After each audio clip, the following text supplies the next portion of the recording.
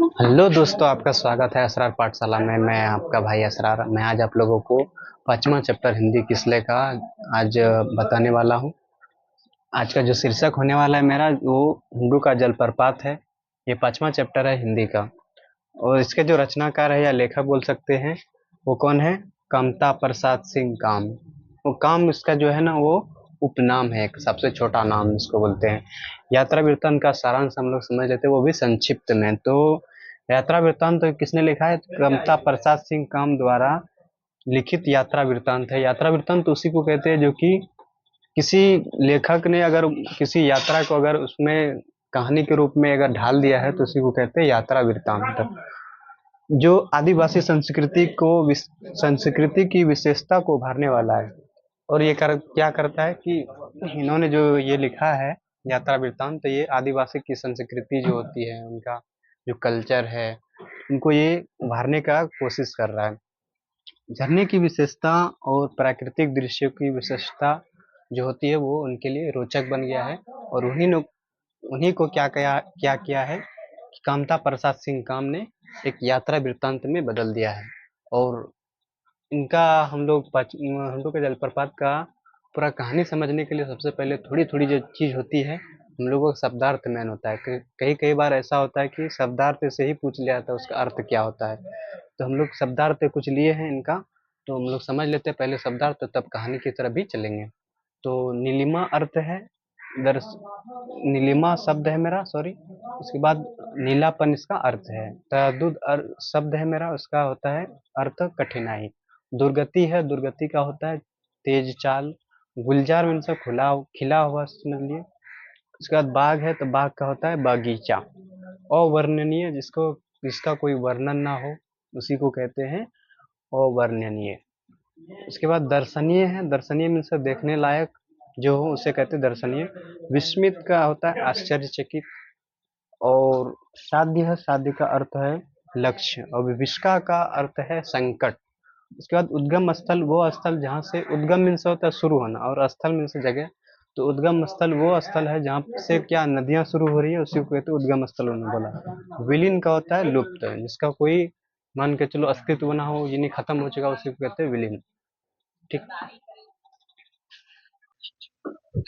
तो दोस्तों, हम पूरा परिचय पढ़ लिए थे हुल्लू का जलप्रपात का, और हम लोग शब्दार्थ भी देखे थे।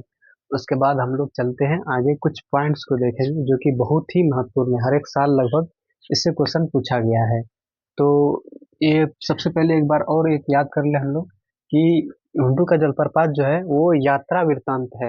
यानी कोई भी अगर चीज, अगर कोई भी लेखक अगर यात्रा के बारे में पूरा डिस्कस करता है, पूरा चर्चा करता है, उसी को कहते हैं यात्रा वृत्तांत। तो आपको ये पूछा जाएगा कि हुंडू का जलप्रपात विद्या है या कहानी है या कविता है, क्या है? तो आपको बताना है कि ये यात्रा वृत्तांत है। ठीक है। उसके बाद हम लोग देखते हैं कि इसका लेखक कौन है। लेखक कौन है? कामता प्रसाद सिंह काम। काम इसका उपनाम है, हम बताए थे पहले भी कि काम किसका क्या है? उपनाम है। ठीक। तो चलते हैं अब। स्वर्ग का जो टुकड़ा कहा जाता है, वो छोटा नागपुर को कहा जाता है। कभी जो जाते हैं सबसे पहले, तो पहले रांची वो जाते हैं। रांची जब भी वो अगर जाते हैं, तो एक बार हुंडरू का जलप्रपात देखने के लिए वो जरूर जाते हैं। तो इसमें उन्होंने जो वर्णन किया है, उसी को मैं बता रहा हूँ कि वो जब जाते हैं कि छोटा नागपुर का पठार पे ही, ये समझ लो आपका हुंडरू का जलप्रपात है। तो वो जब जाते हैं तो देखते हैं कि उन्होंने जाते टाइम का जो भी अगर वर्णन है उन्होंने किया है कि यहाँ पर पग पग पर हरियाली है, पग पग पर समझ लो, पग पग पर पहाड़ है। और बहुत सारे ऐसे चीज है कि मान के चलो जंगल में शेर है। प्राकृतिक में जितने भी चीज रहते हैं, लगता है कि सभी छोटा नागपुर के पठार यानी हुंडरू जलप्रपात के इर्द गिर्द ही घूम रहे हैं। तो उन्होंने ये बताता है कि ये जो छोटा नागपुर का जो पठार है, वो रांची से कितना किलोमीटर, ये पूछा जाता है कि रांची से पुलरिया वाली सड़क की दूरी कितनी थी? तो 14 मील थी, ये याद रखना आप लोग को। और उसके बाद पुलरिया वाली से हुंडू का झरना की दूरी कितनी थी? वो 13 मील थी। तो ये भी आप लोग को याद रखना है। टोटल जो आता है, यानी कुल जो आता है आपका, अगर पूछ ले कि पुलरिया वाली रांची से हुंडू प्रपात की झरना की कुल दूरी कितनी थी? तो 27 मील थी। अगर 14 और 13 को जोड़ोगे तो 27 हो जाता है। तो कुल दूरी आपका हो गया 27 मील। उसके बाद जब ये वहां जाते हैं तो वो जब उस हुंडू का जलप्रपात को देखते हैं तो उसके दिल में एक अच्छा सा सुकून सा समझ लीजिए और अवर्णनीय जिसका कोई वर्णन ना कर सके लेखक, ऐसा ऐसा शब्द लिखते हैं जो कि वाकई समझ लो कि एक हम लोगों के लिए संदेश देता है कि जो हमारा जो जंगल है, पहाड़ है, नदी है, झरने हैं, ये सब कुछ हमें एक प्रेरित करता है कि किस तरह से उनकी क्रिया चल रही है और अपने कामों में लगे हैं। इसी तरह से ज़िंदगी हमको भी चलाना चाहिए। तो उनको संदेश बहुत सारी चीज़ उनसे संदेश मिलता है। और वो भी ज़िक्र भी करते हैं कि जो हुंडू का जलप्रपात का जो झरना है, वो ऊपर से जब नीचे गिरता है तो देखते हैं तो वर्णन उस टाइप का करते हैं कि जब वो ऊपर से नीचे जब झरना गिरती है, तो 5 से 10 हाथी कैसे चिंघाड़ते हैं वैसी आवाज़ होती है। और वो बोलते हैं कि ट्रेन 5 से 10 ट्रेन का जो इंजन होता है, वो किस तरह से आवाज़ करते हैं, वो उन्होंने ज़िक्र किया कि उसी तरह से इसका जो झरना का पानी जो गिर रहा है नीचे, उस तरह से पूरा झरना आवाज़ कर रहा है, यानी ऐसा वो दृश्य देखते हैं। और कहता है कि जैसे मान के चलो हेलीकॉप्टर बहुत बहुत सारे हेलीकॉप्टर आस-पास चक्कर लगाते हो, ऐसा उन्होंने इस पानी को प्रदर्शित किया है समझ लो। तो वो उसके लिए बहुत सारे उल्लेखनीय है समझ लो, बहुत सारी चीज़ उन्होंने लिखा है ऐसे। तो उसके बाद जो होता है कि पूछा जाता है कि महात्मा गांधी ने हुंडू जलप्रपात पर क्या कहा था या कथन क्या था? तो महात्मा गांधी ने जो कथन लिखा था वो हुंडू जलप्रपात का झरना वैसा उसका मार्ग, जैसे हुंडू जलप्रपात का झरना है, हुंडू का झरना है, तो वैसे उनका मार्ग भी है। ये जैसे हुंडू का झरना जैसे मान के चलो ऊपर से गिरती है, कई सारे नदियों में बहकर चली जाती है, तो वही बोलता है कि बहुत सारे ये ऐसे दिशा में चलती है कि जैसे मान के चलो प्रतीत होता है कि झरना ही चल रहा है, वैसा इसका मार्ग है, जाने का आने जाने का रास्ता। और जो उसमें एक लेखक जो चर्चा करते हैं कि वहाँ की जो सड़क बनी हुई है, ऐसा मान के चलो तरद्दुत बनाया गया है, यानी बड़ी मेहनत से बनाया गया है और कम खर्च में ठेकेदारों ने बनाया है। क्योंकि वहाँ पर एक पठार है, उस पर मान के चलो पठार को काट के सड़क बना दिया, उसमें ज़्यादा मेहनत की ज़रूरत नहीं है। तो ये सब उन्होंने वो उसका पूरे यात्रा वृत्तांत में उन्होंने बताया है और बोलता है कि स्वर्णरेखा नदी से हुंडू जलप्रपात कितना मील पर था? तो आप बताएंगे कितना? तो 50 मील की दूर पर हुंडू का जलप्रपात झरना मौजूद था।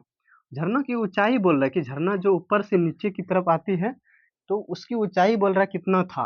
तो लेखक जो उसमें प्रदर्शित करते तो 243 फुट था, समझ लो बहुत कितना होता, बहुत होता होगा समझ लो। उसके बाद पानी उछलता कितना है तो वो भी उन्होंने जिक्र किया था समझ लो कि पानी जब गिरता है उसके बाद समझ लो जब टकराती है नीचे जमीन से या पानी से तो वो जब उछलता है तो समझ लो वो कम से कम 20 फुट के ऊपर वो समझ लो क्या करता है ऊपर उठता है। उसके बाद ये सब जब देखते हैं तो उन्होंने वर्णित करता है ये सब चीज़ पूरा वर्णन किया है। उनके बाद वो जब बताते हैं कि वहाँ जब गए हम लोग तो खाने-पीने की जब इच्छा हुई हमको, तो वहाँ पर उन्होंने बहुत सारे ऐसे अभाव को देखा। नहीं ऐसा कहा जाए कि उनके द्वारा आलोचना भी किया गया। तो कौन-सा आलोचना यानी उनके बारे में बुराई क्या किया गया? बहुत सारे ऐसा अब ऐसे-ऐसे शब्द यूज़ किए आप लोग उस कहानी में जाके पढ़िएगा। हम शॉर्ट में बताना चाह रहे हैं कि ऐसा-ऐसा वर्ड का ज़िक्र किया है कि वाक़ई समझ लो कि हुडू का प्रपात का झरना हम लोगों को जाने का दिल करे, ऐसा उन्होंने वर्णित किया है अपनी आँखों से जो देखा है। तो वो बोल रहा है कि उन्होंने ये सब देखा तो उन्होंने उसकी तारीफ़ की, उसकी मान के चलो बड़ाई की। उन्होंने लेकिन एक चीज़ और पूछा जाता है कि उन्होंने हुडू जलप्रपात के बारे में क्या आलोचना की, क्या बुराई की?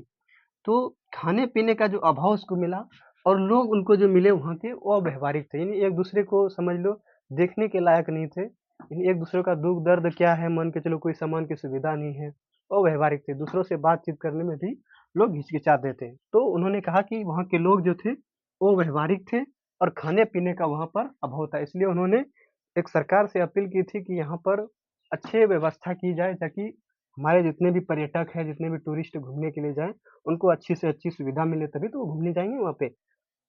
तो उन्होंने ये आलोचना की और एक चीज़ लास्ट में बताया गया है कि ऐसा तो झरना हुंडरू जलप्रपात का है। इससे भी बड़ा एक झरना है, हुंडरू से 7 मील दूर पर, कितना पे? 7 मील दूर पर एक और झरना पाया गया है, जहाँ तक अभी जाना मुश्किल है। समझ लो ऐसे-ऐसे रास्ते हैं, जहाँ पर भयावह रास्ता है, जहाँ पर लोग जा नहीं सकते।